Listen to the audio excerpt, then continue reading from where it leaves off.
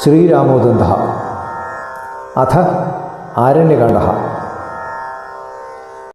രാമായ വൈഷ്ണവം ചാപം ഐന്ദ്രം തൂണീയുഗം തഥാ ബ്രാഹ്മം ചാസ്ത്രം ച ഖഡ്ഗം ച പ്രദദൗ കുംഭസംഭവഃ.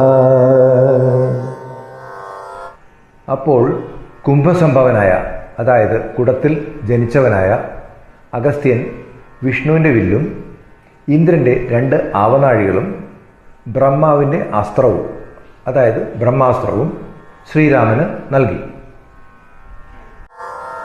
തതഃ സഗച്ഛൻ കാകുൽസ്ഥഃ സമാഗമ്യ ജടായുഷം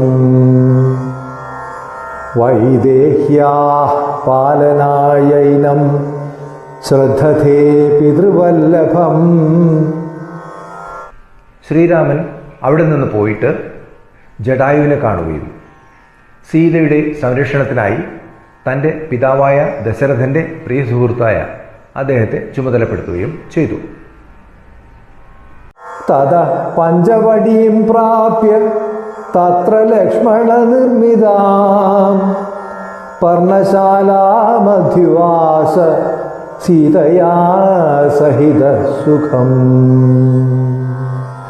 പിന്നീട് പഞ്ചവടി എന്ന സ്ഥലത്തെത്തി അവിടെ ലക്ഷ്മണൻ നിർമ്മിച്ച പർണശാലയിൽ സീതയോടൊരുമിച്ച് സുഖമായി താമസിച്ചു.